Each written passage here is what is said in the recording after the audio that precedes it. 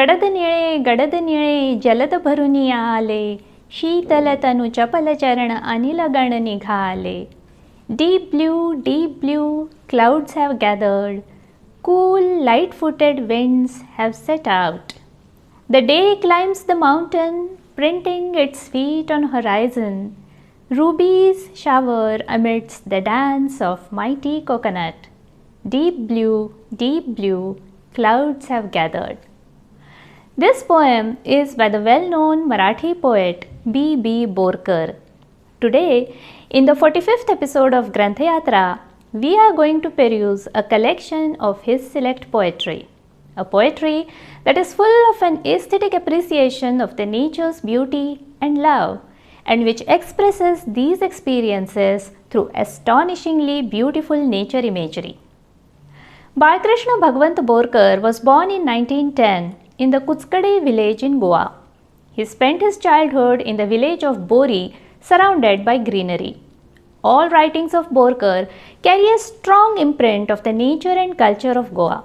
In one of his poems, he says, "Witnessing coconut trees and lovely red soil after long, green hills, green parrots and yellow rice fields, the hungry eyes are content after so long, how parting multiplies the beauty of Goa."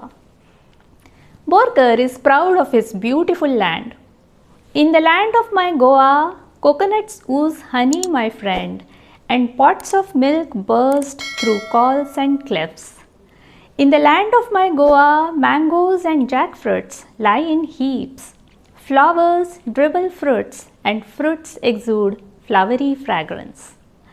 Writing about his dream house in Goa, he says, "Someday in a free and content Goa, beside the frothing waves of an estuary, I'll build a red stone cottage small, with a green, cool creeper on the wall." Borkar continued to write for nearly 60 years. Several trends, ideological and social changes and thought processes influenced Marathi poetry during this period. Kusumagraj, Anil, Muktibodh, Mardhekar, Karandikar, Surve and many other poets composed poetry on different subjects and using a variety of different styles. This period also saw transformations in poetic appreciation and several fundamental changes in poetic form. But Borkar's poetry continued to adhere to its core values of invoking the emotions of its discerning readers and its melodious expressions. Borkar's mind was mesmerized by the beauty of nature. Leaves, flowers, the sky, mountains, the ocean, they all captivated his mind. Streams through cliffs and vales, no, surging diamonds blue, and like mercury, strains through the clouds, sunshine of tender hue. That's how he describes the month of Shravan. Wherever there is grass and water of any kind, songs spring in my mind, he confesses. A dark bow over blue waters, ripened milky fields at places, cool thickets of beeches here, and green clusters of bamboo yonder. The playful grass all around at times climbs the old wall, who shivers in pure joy, and she lets her tears fall. A crow perching on a gooseberry tells the omen of sunset, and Indra's carved temple in east in the color of marble is set. After painting such wonderful word pictures of nature, one after another, he says, "The train enters the valley and the night's curtain is drawn, but the strange veena of pictures still plays dirida dirida." In yet another poem describing the month of Shravan, he writes, "Shravan fields ripe with corn, in marshes like sapphires, woods bejeweled and adorned like maidens at a wedding. Wherever I look, it's enchanting, the celebration of color green, pleasantly cool, fragrant air, there's no other season better than this." When describing such enticing scenes in nature, Borkar's words invoke the senses of color, taste, smell and sound. Oh, the horizon is at high tide and vermilion spills on clouds. The sky turns a swinging chandelier and fragrance floats on air. Borker, who expressed his communion with nature with such beautiful songs, also wrote love poetry that blossomed through nature imagery.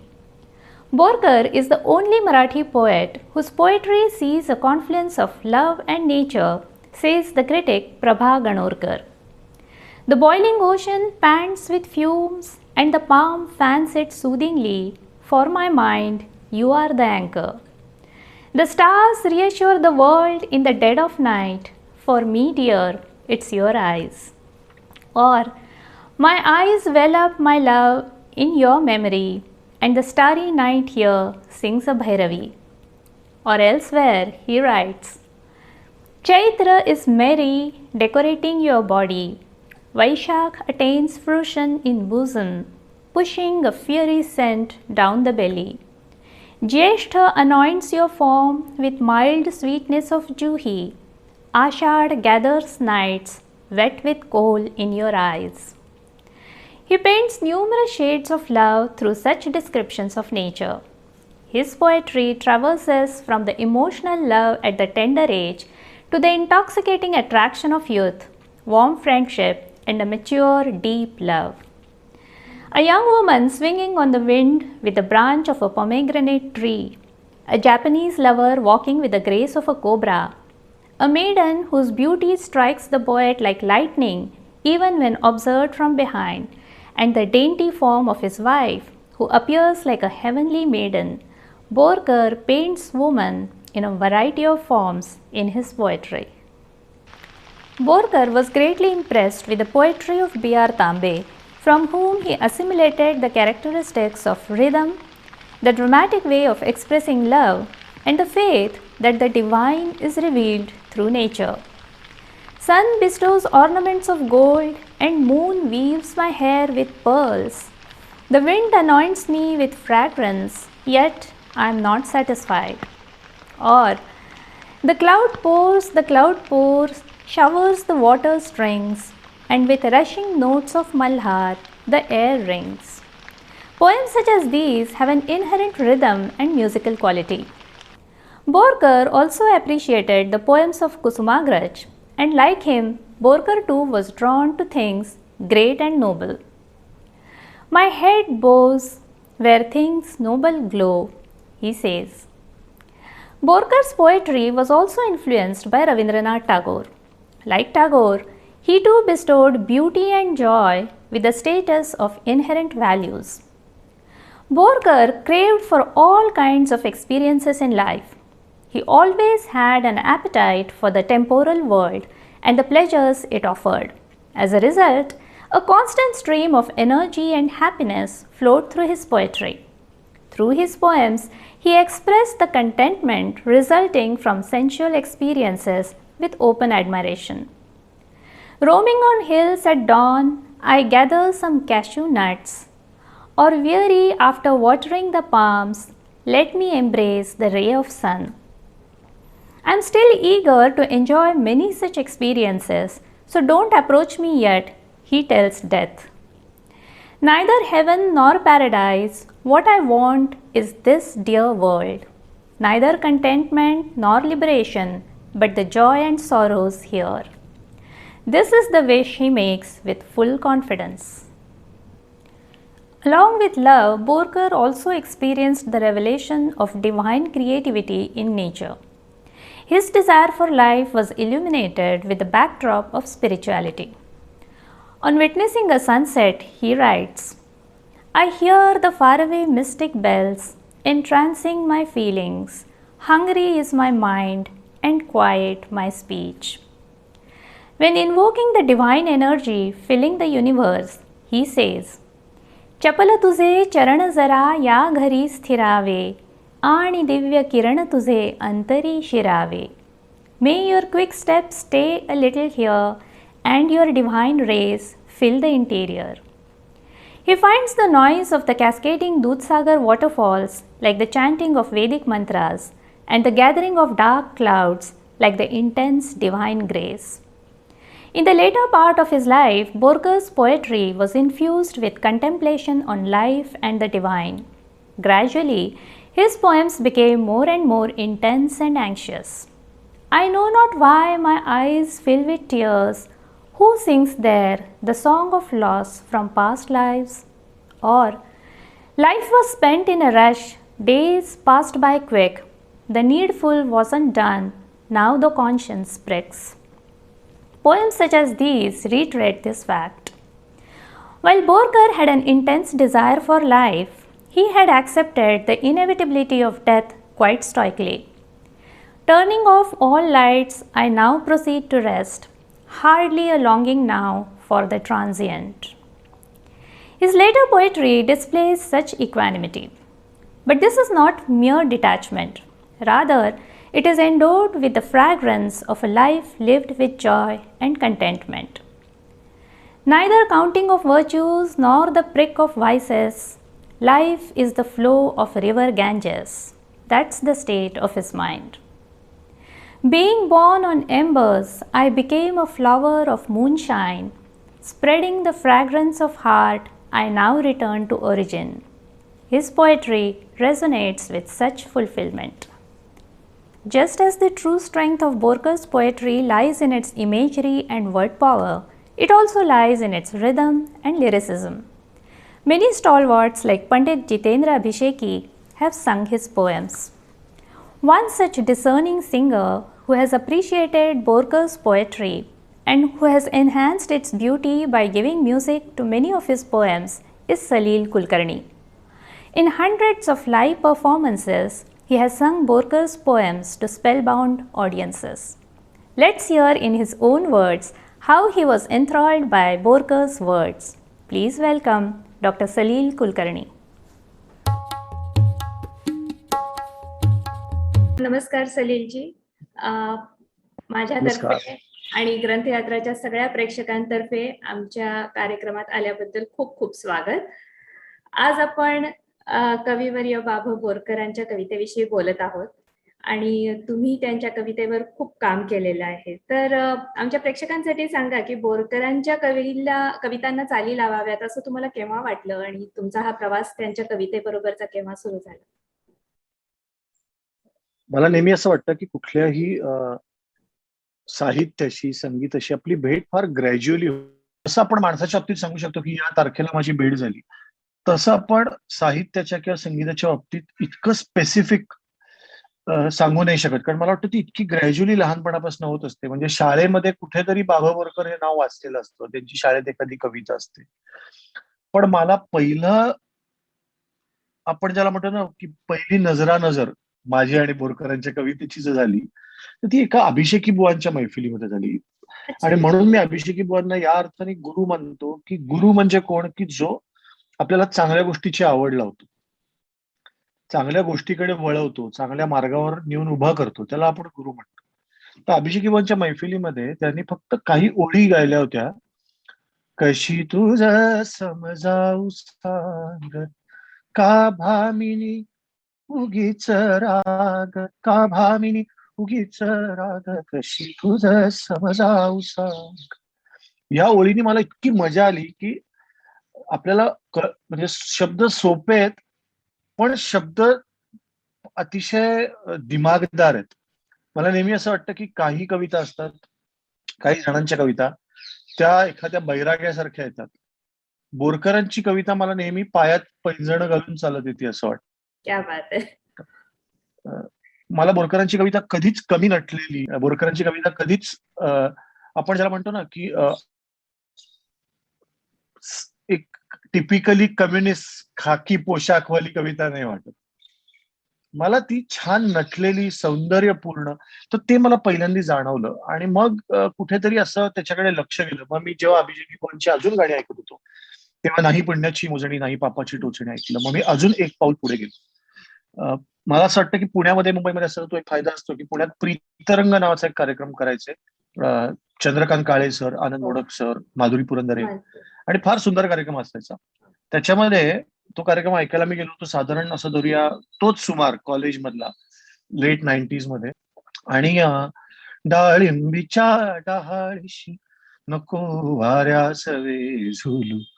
तर हे ऐकल्यावर नको घुसळू पाण्यात खडी साखरेचे पाय, नको गोठवू ओठात दाट अमृताची साय, नको वितळते लावू डोळे एकांताच्या पारी. ह्या सगळ्या ओळींनी मी इतका भारावून गेलो की नको घुसळू पाण्यात खडी साखरेचे पाय, नको गोठवू ओठात दाट अमृताची साय, आणि जर तू असे एकटक बघत राहिलीस तर डोळे वितळतील, इतके सुंदर डोळे. आणि मग ना तो एखादा दिवस असतो की जेव्हा तुम्ही म्हणजे आता असं होतं ना की आता मला वाचायलाच पाहिजे, इनएव्हिटेबल होतं. तर असे वेगवेगळे प्रसंग आहेत वेगवेगळ्या काळातले की मी एक एक पाऊल पुढे गेलो आणि मग मी ऍक्टिव्हली बाबा बोरकर वाचायला लागलो. मी सगळी त्यांची पुस्तकं आणली आणि आय ऑलवेज बिलीव्ह की संगीतकाराला जर कविता संगीतबद्ध करायची असेल तर अख्खा कवी वाचायला हवा. एक कविता वाचली एवढं पुरत नाही, अख्खा कवी वाचायला पाहिजे, त्या कवी विषयी वाचायला पाहिजे, कवीचे लेख कवी विषयीचे लेख वाचायला पाहिजे, तर तुम्हाला कवीनी लिहिलेल्या शब्दांच्या आदल्यामधल्या जागेला पण चाल लावते. तसे बोरकर वेगवेगळ्या ठिकाणी भेटत गेले. फार छान, किती सुंदर. तुम्ही इतकं विविध काम केलेलं आहे संगीताच्या क्षेत्रात. म्हणजे तुम्ही चित्रपटांना संगीत दिलेलं आहे, तुम्ही स्वतःचे अल्बम केलेले आहात, लहान मुलांकडनं तुम्ही संगीत गाऊन घेतलेलं आहे. तर या सगळ्या तुमच्या ज्या संगीताचं जे कार्यक्षेत्र आहे त्याच्यात तुम्ही जे बोरकरांच्या कवितांविषयी केलेलं काम आहे त्याचं काय स्थान वाटतं तुम्हाला? ते किती विशेष आहे तुमच्यासाठी?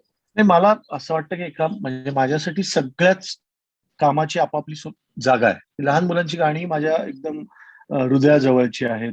पण मी जसं मगाशी म्हणलं की गझल गझलच्या जागी आहेत, अभंग मला तेवढेच आवडतात. पण आपण एखादा ग्रुप फोटो बघतो तर त्या ग्रुप फोटो एखादे गंभीर प्रकृतीचे आपले काका मामा असतात तशी माझी गाणी वाटतात. त्या घरातली लहान मुलं दिसतात आणि त्या घरातली एक अत्यंत दिमागदार आणि छान नटलेली आपली एखादी बहीण असते, आपली एखादी वहिनी असते, मावशी असते. त्या कशा फुटतात ती जागा माझ्यासाठी बोरकरांची. एखाद्या फुलांच्या ताटव्यामध्ये सगळ्यात जो टवटवीत दवबिंदू पडलेला गुलाब आहे, गुलाब माझी बोरकरांची कविता आहे. किती सुंदर. तुम्ही कार्यक्रम सुद्धा केले, लाईव्ह शोज केले मी आणि बाकी बाब. ते एकूण किती कार्यक्रम झाले आणि त्याची एखादी छोटीशी खास आठवण तुमची जी असेल ती सांगा आम्हाला. बोरकरांची गाणी मी खरं 2002 मध्ये पहिल्यांदा स्वरबद्ध करायला लागलो. म्हणजे पहिलं गाणं मी केलं होतं तव नयनांचे दल हलले ग, पानावरच्या दवबिंदू परी त्रिभुवन हे डळमळले ग, तव नयनांचे दल हलले ग. मला वाटतं 99 मध्ये मी पहिल्यांदा ती चाल सुरू केली असेल. मला आठवतंय फार भाग्यवान मी की त्या गाण्याचा मुखडा मी पु ल देशपांडे आणि सुनीताबाई देशपांडेंना ऐकवला होता. कारण ते बोरकरांवर प्रचंड प्रेम असणारं ते जोडपं आणि त्यांना मी बोरकरांची काही गाणी ऐकवली होती. आणि नंतर 2002 मध्ये आनंद पहाट नावाचा एक स्वतंत्र अल्बम केला बोरकरांनी. आणि 2002 पासून मग 2019 पर्यंत 17 वर्षात बोरकरांची जवळजवळ 40 एक गाणी केली असतील. आणि मग असं ठरवलं की आता आपण बाकी बाबांनी मी कार्यक्रम करायला होतो. त्याची फार गोड आठवण आहे. गोव्यामध्ये कार्यक्रम होता. बोरकरांच्या दोन्ही मुली, तर त्या दोन्ही आज्या आहेत, त्या दोन्ही मुली त्यांच्या आल्या होत्या कार्यक्रमाला. फार चांगला ऑडियन्स होता. शौनक अभिषेकी ऑडियन्स मध्ये होते, बोरकरांच्या मुली होत्या आणि गोव्यात बोरकरांवर प्रेम करणारे असंख्य प्रेक्षक होते. कार्यक्रम झाल्यानंतर बोरकरांच्या मुली स्टेजवर आल्या आणि म्हणाल्या की तुम्ही आमच्या वडिलांच्या शब्दांचे लाड करता, हे आम्हाला फार आवडतं. तर ही दाद मी कधी विसरणार नाही. कारण आपल्या इतक्या मोठ्या कवी असलेले आपले वडील, त्यांच्या शब्दांचा हा संगीतकार संगीतबद्ध करतोय एवढंच नाही म्हणलं, तर लाड करतोय. तर एक संगीतकार कवीच्या कवितेला काय सगळ्यात जास्त करू शकतो, तर त्याचे लाड करू शकतो. आणि मी जसं नेहमी म्हणतो की मी कविता उराशी घेऊन आपल्या बाळाचे लाड करावे तशी त्याचे लाड करावेसे वाटतात मला. तेव्हा कुठे ती कविता आपण छान संगीताने नटवून लोकांसमोर देऊ शकतो. तर ही मला कॉम्प्लिमेंट फार आठवते. आणि अनेक लेखमध्ये यंग जनरेशन मधल्या लोकांनी मी वाचतो, इंस्टाग्रामवर वाचतो की आम्हाला सलील दादामुळे बोरकर कळले. तर ही मला खूप मोठी कॉम्प्लिमेंट वाटते की आधीच्या जनरेशननी शाबासकी देणं हे मोठं असतंच, पण तुम्ही जर एखादी कलाकृती, एखादा कवी, एखादा संगीतकार जर पुढच्या जनरेशन पर्यंत पोहोचवू शकलात, तर ती मला खूप महत्वाची दाद वाटते. एक मला वाक्य आठवतं, एक विक्रांत नावाच्या मुलाने, माझा मित्र झाला तो, त्यांनी एक इतका सुंदर लिहिल्यानंतर त्यांनी फार चांगलं मांडलं होतं की वडील गणपती उत्सवात जसं खांद्यावर बसून गणपती दाखवतात, तसे आम्हाला या कार्यक्रमामुळे बोरकर दिसले. वा. तर आम्हाला या संगीतकाराने खांद्यावर बसवून बोरकर दाखवले. तर मला मला याच्यात माझं कौतुक नाही वाटत. मला असं वाटतं की त्या बोरकरांच्या कविता या जनरेशन पर्यंत पोहोचवण्यासाठी मी माध्यम ठरलो, ही देवाची कृपा आहे. किती छान. अ, बहुतेक मला वाटतं सगळेच संगीतकार जेव्हा एखादं काव्य घेतात आणि त्याचं संगीत दिग्दर्शन करण्याचा प्रयत्न करतात, तेव्हा ते काव्य समजून घेणं हा त्याच्यातला फार एक महत्वाचा भाग असतो. पण सगळेच जण असे तुमच्या इतकं त्या प्रोसेस बद्दल, ती जी प्रक्रिया असते त्याच्याबद्दल इतकं व्यक्त होत नाहीत. तर तुम्ही एक कवितेवर सुद्धा मनापासून प्रेम करता, संगीतावर मनापासून प्रेम करता. तर तुमच्या दृष्टीने बोरकरांच्या कवितांत अशी काही गेयता आहे किंवा त्यांच्या कवितांना चाली लावणं कठीण असतं किंवा काही कविता जास्त सोप्या असतात चाली लावण्यासाठी, काही कठीण असतात. तुम्हाला काय वाटतं या कवितांविषयी? नाही, मी जसं अगदी सुरुवातीला म्हटलं की बाबू बोरकर कुठून, त्यांची ही प्रतिभा कोणाकडनं इन्स्पायर झालेली आहे, ते कोणाला गुरु मानायचे, हे जर वाचलं आपण, तर ते तांबेंना गुरुस्थानी मानायचे, बारा तांबेंना. त्यांनी तांबेंसमोर कविता सादर केल्याचं त्यांनी फार सुंदर वर्णन केलंय की तांबेंसमोर मी कविता वाचली तेव्हा मला किती आनंद मिळाला, तांबेंनी दाद कशी दिली. तर बारा तांबे मुळात गेय कविता लिहिणार आहे. त्यांच्या ज्या सगळ्याच कळा ज्या लागल्या जीवापासून, तिन्ही सांजा सख्ये मिळाल्या, तर त्यांची मुळात कविता अत्यंत गेय कविता, जनपळ भरमण तिला हाय हाय. तर त्या मुळात बोरकर जेव्हा कविता लिहायचे तेव्हा ते स्वतः गुणगुणतच लिहायचे, हे कायम जाणवतं. कारण ते स्वतः कविता गायचे त्यांची. तुम्ही जर म्हणजे मी पण सरीवर सरी आल्याची चाल केलेली, पण ते स्वतः सरीवर सरी सरीवर सरी आल्या ग, सचैल गोपी न्हाल्या ग, अशी सादर करायचे. किंचित अनुनासिक त्यांचा गोव्याच्या लोकांचा टोन, आणि फार सुंदर सादर करायचे. त्यांचे व्हिडिओ युट्यूबवर खूप आहेत बोरकरांचे, तर जरूर ऑडियन्सनी बघावेत. तर त्यांच्या कवितेमध्ये सगळ्यात पहिल्यांदा म्हणजे एक, ज्याला आपण साऊंड म्हणतो, फोनेटिक्स म्हणतो, त्या दृष्टीने अतिशय सुंदर शब्द. त्यांचा कुठलाच शब्द तुम्हाला अणकुचीदार, टोकीदार वाटणार नाही, जो कानाला येऊन टोचेल. मी जसं म्हणलं, मी त्यांची 40-45 गाणी केली असतील, एकही शब्द मला कधी असा वाटला नाही की जो शब्द चालीला कुठेतरी येऊन टोचतोय. कधीच नाही. म्हणजे जीवन त्यांना कळले हो, मी पण ज्यांचे पक्व फळापरी सहजपणाने गळले हो, ही असू दे, किंवा त्याची बाई मज सोडवे ना ओढ, लाडी गोडी भीड मोडवे ना, ही असू दे. अनेक त्यांच्या कविता, घन वदन मदन मोहन गे, मी त्यांच्या अलीकडे केलेलं गाणं. The sound which is created by just uttering those words, ज्याला नादमयता म्हणतो आपण. नाद निर्माण होतो, नुसते शब्द शब्द शब्द नाही, त्या शब्दांच्या उच्चारणातून एक साऊंड निर्माण होतो, आणि तो कदाचित ती कविता न कळणाऱ्याला पण तो साऊंड ओढून घेतो. त्यामुळे तव नयनांचे दल हलले ग, या ग मधला साऊंड जो आहे ना, त्याची मजा येते. सो ही पहिली गोष्ट. बोरकरांच्या अनेक, म्हणजे 99% कविता या वृत्तातल्या कविता आहेत, वृत्तबद्ध कविता आहेत, छंदबद्ध कविता आहेत. मुक्तछंद बोरकरांनी जवळजवळ लिहिलेच नाही, जवळजवळ असतील पण फार कमी लिहिले. पण मग एक संगीतकार म्हणून एक हे बघायला पाहिजे की म्हणून प्रत्येक कवितेला चाल लावायची का, हा फार एक महत्वाचा मुद्दा असतो. की सगळ्या मीटर मधल्या आहेत, सगळ्याच मध्ये नादमयता आहे, पण एक महत्वाचा मुद्दा असतो की त्या कवितेला संगीतकाराची गरज आहे का, का ती कविता स्वयंपूर्ण आहे, ती कविता स्वतःच्याच ताकदीवर इतकी उभी आहे की संगीतकार त्याला संगीत देऊन ती कविता डायल्यूट करेल का, हे पण संगीतकाराला कळायला पाहिजे. कधी कधी संगीताने थॉट डायल्यूट होतात. देखणे ते चेहरे जे प्रांजळाचे आरसे, गोरटे वा सावळे या मोल नाही फारसे, अशी बोरकरांची कविता. तर देखणे ते चेहरे जे प्रांजळाचे आरसे, कम्प्लीट आहे थॉट. आता याला उगीच मी देखणे ते चेहरे जे प्रांजळाचे आरसे अशी मी काहीतरी ही आता मी ऑनलाईन चाल केली, अशी काहीतरी चाल केली तर ती वाईट वाटते का? नाही वाटत. ती वाईट नाही वाटत आहे. पण डज दॅट पोएम रिअली म्हणजे नीड मी? गरज आहे का ती कविता स्वयं? तर अशा वेळेला संगीतकारांनी नुसताच कवितेला नमस्कार करावा, ती एन्जॉय करावी आणि पुढे जावं. पण हे बोरकरांच्या कवितेत फार क्वचित तुम्हाला असं आढळेल की छंदबद्ध कविता नाहीये. त्याच्यामुळे मग हा टास्क अजून मोठा होतो. जेव्हा मुक्तछंदातल्याच कविता असतात तेव्हा आपण पटकन म्हणतो की नको ही नुसती वाचूया. पण बोरकरांच्या अनेक कविता अशा आहेत की ज्या छंदबद्ध आहेत, वृत्तबद्ध आहेत, पण त्याला चालीची गरज नाही. स्टोरी टेलिंगच्या काही कविता आहेत. खेड्यातच त्याची हयात सारी गेली नावाची कविता आहे. मी युट्यूब वरची रेकॉर्ड करून पोस्ट केलेली आहे. खेड्यातच त्याची हयात सारी गेली. आता सगळं मीटरमध्ये आहे, पण गरज आहे का? किंवा त्यांची एक फार सुंदर कविता आहे की स्वर्ग नको, सुरलोक नको, माझं लोभस हा इहलोक हवा. म्हणजे मला तुम्ही फार काहीतरी आध्यात्मिक देऊ नका. मला नॉर्मल माणसं, आपण ज्याला म्हणतो Bing human, I love Bing human, मला तुम्ही उगीच देवत्व देऊ नका. स्वर्ग नको, सुरलोक नको, माझं लोभस हा इहलोक हवा. मुक्ती नको, माझं तृप्ती नको, माझं येथील हर्षणी शोक हवा. की मला उगीच आध्यात्मिक मुक्ती वगैरे नकोच आहे. मी जे चिडतो, मी जे रडतो, मी जे हसतो, तेच मला हवं.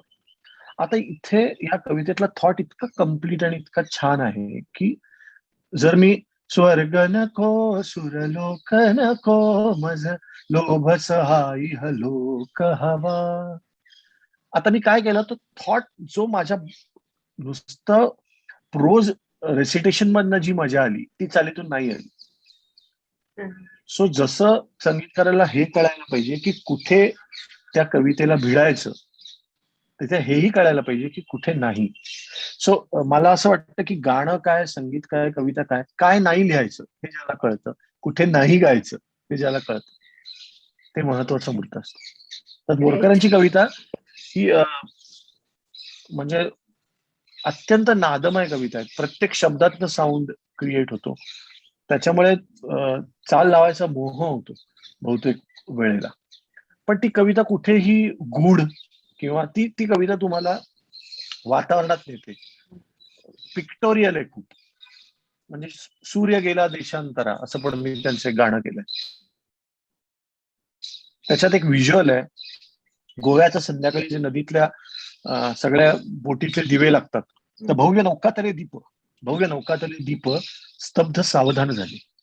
तर सावधान झाल्यासारखे दिवे लागतात. ते असं देखुनी जळाचे खिन्न काळीज हलले. ते जे संध्याकाळचं पाणी असं हलत असतं, तर ते खिन्न काळीज हलले. आता हे जे व्हिज्युअल आहे हे इतकं सुंदर आहे. तर ते व्हिज्युअल त्यांच्या कवितेचं अजून एक वैशिष्ट्य आहे. साऊंड हे तसं वैशिष्ट्य आहे. तसं व्हिज्युअल रोमॅन्टिसिझम बोरकरांच्या कवितेतला फार वेगळा आहे. की जे गाणं माझं खूप लोकांनी त्या गाण्यावर प्रेम केलं की शेवटचा क्षण आयुष्याचा तेव्हा तू समोर असावीस, याच्यापेक्षा रोमॅन्टिसिझम असू शकत नाही. ते जे गाणं मी केलं होतं की संधी प्रकाशाचा अजून जो सोने, तो माझी लोचने मिटो यावी, असावीस पास जसा स्वप्न भास, जीविका असावीस झाल्या विना. किंवा लता दीदींच्या आवाजाचे गाणं केलं आता विसारायचे क्षण, त्याच्यातही व्हिज्युअल्स फार सुंदर आहेत. तर हे बोरकरांचं अजून एक मोठं वैशिष्ट्य. मला ऐकवा ना एखादं कडवं तुमच्या संगीतबद्ध केलेल्या कवितेचं. जे दीदींनी गाणं गायलंय क्षण अमृताचे या अल्बम मध्ये 2013 मध्ये ते गाणं रेकॉर्ड केलं आणि मी तो माझ्यासाठी अमृताचा क्षणच समजतो की लता दीदींनी माझी रचना गाणं. तर त्याच्यामध्ये ते जे बोरकरांनी जे चित्र उभं केलंय की एक आजी आजोबा संध्याकाळी छान अंगणात बसलेत आराम खुर्चीत आणि ते माळ ओढतायत. कसली माळ ओढतायत तर कुठल्या बुवाची माळ ओढत नाहीये, ते आठवणींची माळ ओढतायत. आणि मग त्याच्यात एक व्हिज्युअल्स आहेत. तर आता विसाव्याचे क्षण, आता विसाव्याचे क्षण, माझे सोनियाचे मणी, सुखे गोवित ओवित त्याची ओढितो स्मरणी. आता विसाव्याचे क्षण. आणि हे सगळं आठवता आठवता जे शेवटचं कडवं आहे की काय होतं, मणी ओढता ओढता होती त्याचीच आसवे. ते जे भरून येणं असतं आजी आजोबांना, की आठवणी काढता काढता नातवंडांच्या आठवणी आहेत, मुलांच्या आठवणी आहेत.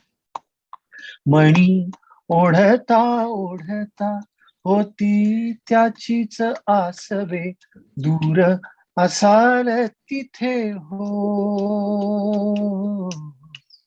दूर असाल तिथे हो, नांदतो मी तुम्हा सवे.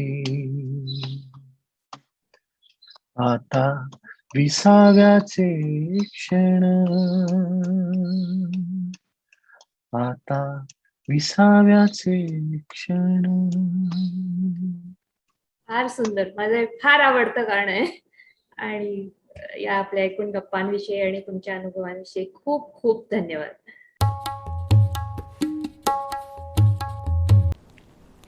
Do read Borker's poetry that provides an experience of an ethereal, sublime beauty felt through sensual experiences. It possesses a sweetness that will make you read it again and again and hum it in your mind. In the next episode of Granthayatra, we shall meet to enjoy a unique travelogue. Until then, keep reading.